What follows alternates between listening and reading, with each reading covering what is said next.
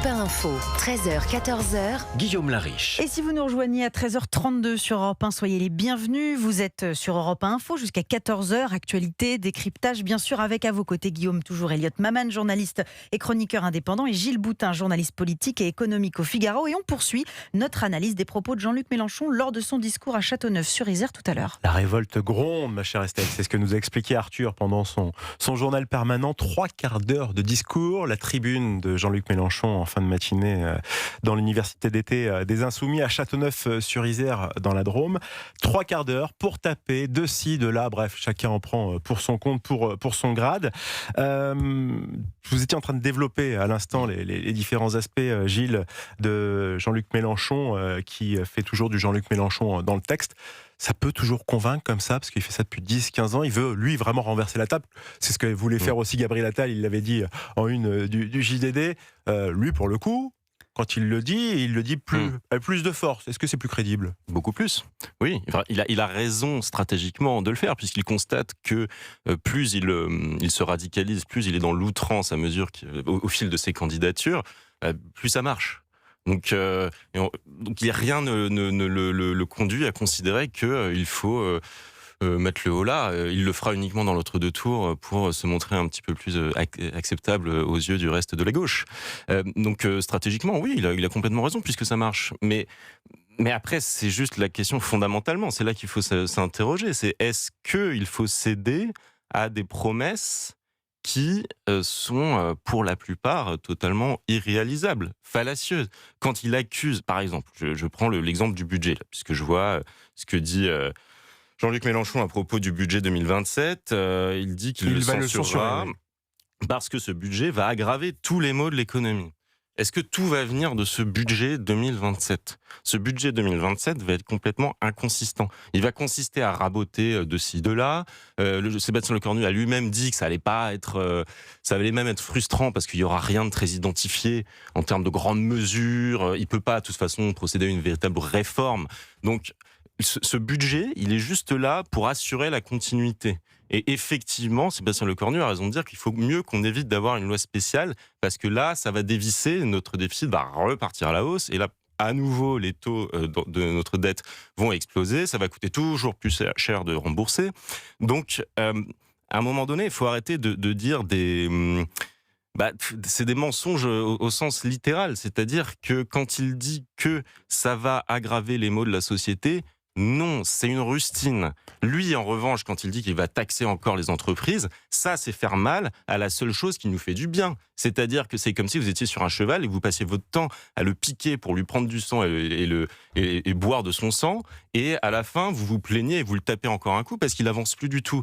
Vous avez des métaphores assez hardes. Mais non, mais qui veut voyager loin ménage sa monture. Si la France veut rester prospère et retrouver des gains de compétitivité face à nos concurrents qui ne vont pas être gentils avec nous, eh bien, oui, il faut libérer nos entreprises. Or, lui, il veut les pressurer toujours plus en pensant que c'est open bar et qu'on peut le faire ad nauseam. Gilles, justement, on va réécouter Jean-Luc Mélenchon qui a promis ce matin, vous le disiez, que la LFI va censurer le gouvernement Lecornu sur son projet de budget 2027. Et le tableau de la rentrée, hélas, ne promet rien de bon. L'économie française était sur le fil du rasoir de la récession. Elle va plonger. Car Lecornu prépare un nouveau budget de coupe rase qui va aggraver tous les maux. Ne nous demandez pas je ne sais quelle bienveillance à son égard. Une fois de plus, nous le censurerons, j'en suis certain. On va le censurer une fois de plus. C'est-à-dire qu'on ne sait même pas encore ce qu'il va avoir dedans, que d'ores et déjà, on met tout à la poubelle. C'est sympa, là, l'écoute, la discussion, la façon de pouvoir avancer ensemble. Il n'y a pas du tout de concorde, c'est pas son objectif du tout. Les Insoumis, clairement, nous font comprendre qu'ils veulent faire cavalier seul. Vous voyez, moi aussi, je peux faire une petite analogie par rapport à ce que vous nous disiez tout à l'heure, sans faire exprès. Je reconnais, je suis peut-être allé un peu loin sur la métaphore vampirique de Jean-Luc Mélenchon. Je ne prête pas cette caractéristique. Mais voilà, Elliot Maman, quand on entend ça, audible auprès de sa communauté, mais par contre, pour réellement proposer un vrai changement, le vrai changement, c'est la 6ème République. Oui, non, mais audible auprès des siens, absolument. Et d'ailleurs, c'était la trame de l'intégralité de ce discours qui était véritablement armé pour surmobiliser sa base militante, mais alors vraiment la plus activiste qui soit, sans du tout chercher à élargir par-delà ce qu'elle représente dans sa radicalité. Il y a plusieurs séquences qui m'ont frappé à cet égard. Jean-Luc Mélenchon a tout de même ouvert son discours sur la nécessité de faire respecter enfin le droit international en France, dit-il, et en exemple de moment où on n'a pas respecté nos engagements, il a d'abord mentionné notre laxisme par rapport au gouvernement israélien avant de mentionner la situation entre l'Ukraine et la Russie. L'analogie entre les deux situations me semble déjà contestable, mais en plus mettre le cas israélien sur un degré de condamnation encore plus important que l'autre me semble là aussi un peu surprenant, mais on voit évidemment que c'est destiné à sa communauté militante. Un autre moment, et pour faire écho à votre question sur leur budget et à ce que disait Gilles Boutin tout à l'heure qui m'a beaucoup surpris, c'est lorsqu'il a détaillé les mesures, vous savez, de sa grande proposition phare qui consiste à annuler purement et simplement la dette française, ou du moins une partie oui. exactement 20-25% qui est des détenu titres par la de la Banque de dette France. française. Tout à fait, il a dit que c'était absolument possible parce que, par exemple, le Trésor américain l'avait fait un peu plus tôt dans la semaine. Alors, il y a un peu de ça, mais en fait, c'est absolument pas ce qui s'est passé. Le Trésor américain n'a pas dit « Oh, bah, par magie, on va décréter que 20% de la dette américaine n'existe plus et que c'est oublié ». Le Trésor américain a annoncé que l'opération de buyback, comme on dit, c'est-à-dire une opération qui consiste à racheter aux personnes qui ont pris des obligations sur la dette américaine ces dernières années, donc elle est rachetée avant même qu'elles arrivent à échéance. Comme ça, c'est vrai, en soi, on efface un petit peu de cette dette avant qu'elle arrive véritablement à échéance, mais on l'a rachetée, on ne l'a pas effacée. Et d'ailleurs, le Trésor américain non seulement rachète aux investisseurs qui avaient pris des bons du Trésor de manière plus tôt que prévue, mais en plus, il règle le coupon d'intérêt, si vous voulez, qui va avec. Donc c'est un investissement absolument massif. Pour ça, il faut des finances qui vont particulièrement bien. Et en définitive, ça fait que la charge de la dette est d'autant plus renforcée. Donc, ce qui est fascinant dans cette histoire-là, c'est que la proposition phare de Jean-Luc Mélenchon est soutenue par des arguments qui vont précisément dans le sens inverse de ce qu'il dit. L'exemple qu'il prend du Trésor américain cette semaine montre que non, on ne peut pas effacer purement et simplement par la magie la dette. Il faut simplement, si on veut véritablement qu'il y ait moins de dettes de manière plus courte, il faut la racheter en liquidité, donner de l'argent à tous ceux qui nous ont pris des obligations. Rester dans le réel, en fait. Exactement, c'est ça. Et en plus, on m'expliquera quand même, la Banque centrale, déjà, on n'en a plus, donc c'est un peu compliqué. Et en plus, elle est indépendante. Même si on en avait une, d'ailleurs, la Banque centrale européenne est indépendante. Et même si on en avait une en France, elle le serait. Mais j'imagine que ça, la séparation du pouvoir traditionnel, Jean-Luc Mélenchon, ça n'intéresse pas trop. Poursuivons sur ce budget 2027 qui va forcément faire tous les médias et nous occuper pendant les prochaines semaines. Enfin, peut-être même les prochains mois, certainement. Sébastien Lecornu qui a écrit aux parlementaires, voilà, il tire la sonnette de l'alarme et puis il appelle surtout au bon sens, la responsabilité, enfin bref, des phrases qu'on entend année après année. Il avait fallu 4 mois quand même l'année dernière pour pouvoir le voter, ce budget par les députés dans l'hémicycle. Voilà, hein, lui, clairement, il a dit que il demandait à tout le monde de faire preuve de bon sens et qu'il allait prendre le temps aussi pour le compromis, voire jusqu'en début d'année prochaine. Est-ce que d'ores et déjà, lui aussi, il s'avoue vaincu ou pas ? Il a dit aussi qu'il ne prendrait pas le 49.3. Il faut dire qu'il n'a pas de majorité à l'Assemblée, donc ce serait voué à l'échec. Et quand il entend le son de cloche de Jean-Luc Mélenchon de vouloir directement censurer, il a quoi comme marge de manœuvre ? C'est les mêmes que la dernière fois. C'est-à-dire que LFI, on peut évidemment pas compter sur eux pour voter ce budget, ou en tout cas pour se retenir de censurer. Le RN... faut partir du principe qu'il est dans la même démarche et il ne peut compter que sur un parti socialiste qui, si il est cette fois-ci emmené par Raphaël Glucksmann pour la présidentielle, pourrait légitimement soit voter, soit effectivement accorder sa censure sans exiger un cadeau compensatoire aussi onéreux que la suspension de la réforme des retraites. Pourquoi je dis ça ? Parce que Raphaël Glucksmann est un réaliste. Il veut se présenter comme le candidat de gauche de la raison face à celui de la déraison en face. Donc ce serait assez cohérent. Ce qui n'est pas facile, c'est de vendre ça comme un message de responsabilité et comme donc voter pour le budget du gouvernement sortant en espérant se faire réélire dans la foulée, c'est vrai que c'est pas très intuitif.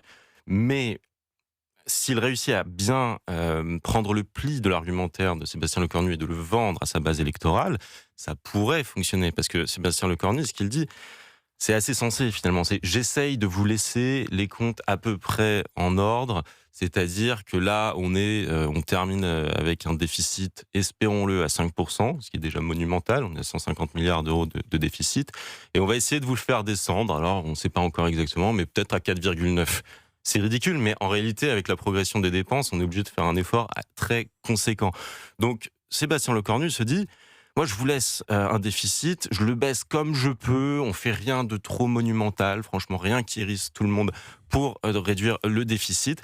Et vous avez plus à gagner à le voter, parce que si on ne le vote pas, il y a une loi spéciale, et la loi spéciale, c'est tout si le problème, elle dure justement, jusqu'après la présidentielle, et ben là, on va avoir les dépenses qui vont dévisser. Alors justement, parce qu'avec la loi spéciale, les dépenses sont naturellement reconduites.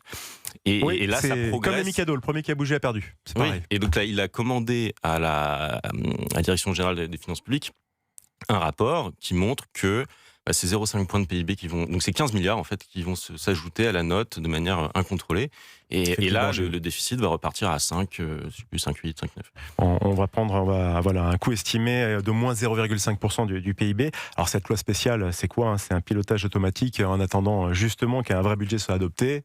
Ou pas, parce que ce sera peut-être laisser la patate chaude pour le prochain gouvernement. Ça ne permet aucune marge de manœuvre, cette loi spéciale, et ça pourrait clairement scléroser notre pays, Elliot Maman. Ça permettrait peu de marge de manœuvre. En effet, une des seules dispositions que le Parlement pourrait tout de même prendre, c'est par exemple d'indexer les retraites sur l'inflation au début de l'année, quand bien même y a-t-il une loi spéciale, parce que finalement on est déjà en difficulté, donc pourquoi pas nous ajouter un petit coup, mais simplement il y a quand même... L'indexation est automatique, donc a priori ça devrait... Ah oui, même en cas de loi spéciale, l'indexation se fait automatiquement. Il me semble bien, oui.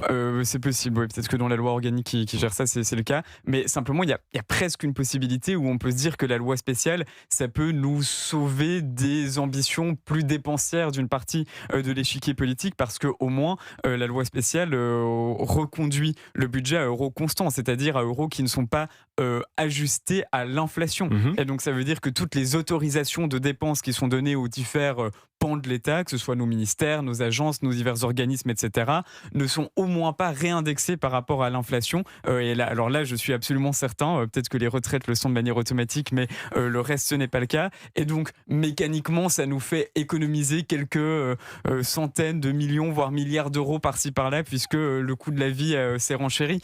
Et ça fait pas des milliards, ça. Oui, je pense que ça peut faire quelques milliards, mais pas beaucoup en effet. Mais c'est vrai qu'en même temps, on a une difficulté extrême, parce que quel parti politique va vouloir prendre la responsabilité d'apparaître comme quelqu'un qui a soutenu le gouvernement sortant au moment où les Français n'ont jamais autant demandé de rupture dans la manière de gouverner à l'heure actuelle? C'est quand même très délicat, et donc je suis assez pessimiste quant à la possibilité d'avoir un budget d'ici à la fin de l'année. Ça repose sur un calcul très cynique qui est de considérer que les Français n'en ont soit rien à faire de la question économico-financière, soit qu'ils n'y comprennent rien.